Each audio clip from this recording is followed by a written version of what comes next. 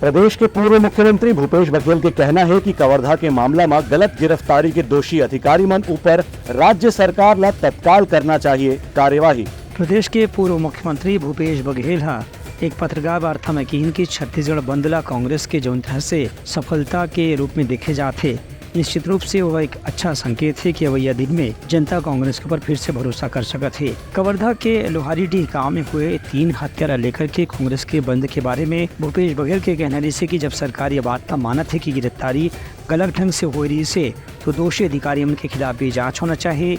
उन्हें मृतक प्रशांत साहू के लड़का मन के भी भविष्य ला देखत परिवार का 50-50 लाख रुपए के मुआवजा दे जाना चाहिए। उनका 5 बच्चा मन के पढ़ाई लिखाई की व्यवस्था भी सरकार के ही जिम्मे में हवे। भूपेश बघेल के कहना नहीं से कि आदिवासी मन के नाम में, सतनामी समाज के नाम में जौन तरह से यहाँ राजनीति करे जाते उस सब मामलों में भाजपा सरकार निश्चित रूप से दोषी है। लेकिन बहुत लोग गंभीर हैं, ये सूचनाएं मिल रही, ये सूचनाएं मिली हमको कि गंगाराम है, जनक है, इनकी हालत बहुत ख़राब है। हम लोग जाकर मिलें, कम से कम उसको डॉक्टरी मतलब इलाज की सुविधा मिल जाए। हमारा पहला उद्देश्य तो यही था। कुछ लोग गंभीर हैं, किसी लोग हॉस्पिटल में हैं। रायपुर की किसी हॉस्पिटल में ये बताया जा रहा है 5 लोग हैं, लेकिन यहाँ भी हम लोग पता करवाए। मैं कुलदीप जुनेजा भी फ़ोन किया था, तुकाराम चंद्रवंशी भी आया हुआ था कि वो कहाँ पर एडमिट है। मतलब चिकित्सा विभाग मेरा हर प्रशासन बताने को तैयार नहीं वो कहाँ है। अभी तक कोई जाग मिल नहीं पाया है, इतनी गोपनीयता। फिर भी बात तो सामने आ गई ना।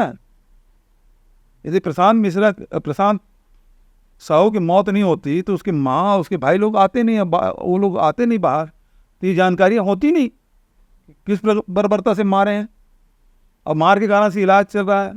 अभी तक कि किसी मीडिया वाले ने उसे कवर किया गया। वो 7 लोग एडमिट है, किसी ने इंटरव्यू लिया उसका? इसी रायपुर में है, लेकिन आपको पता नहीं है।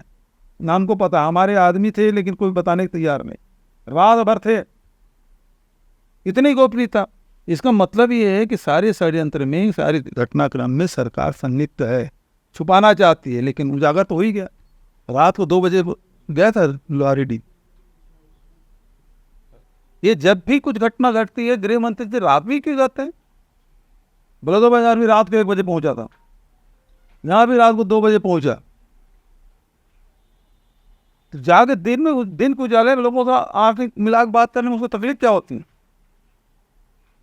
और आप जाग नहीं सकते हो, हम लोग विधायक क्यों नहीं मिल सकते भाई?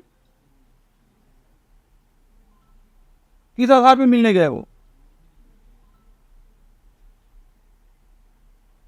वो केवल सरकार में मंत्री हैं और हम लोग नहीं हैं।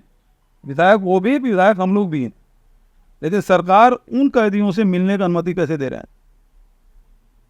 यदि व्यवस्था निरीक्षण करने जाना है तो ठीक है, समझ आता है, लेकिन पर्टिकुलर उन लोगों और जिनको आरोपी बंदी बनाया गया है तो गृह मंत्री जी क्षेत्र है, वो डराने धमकाने गए हैं।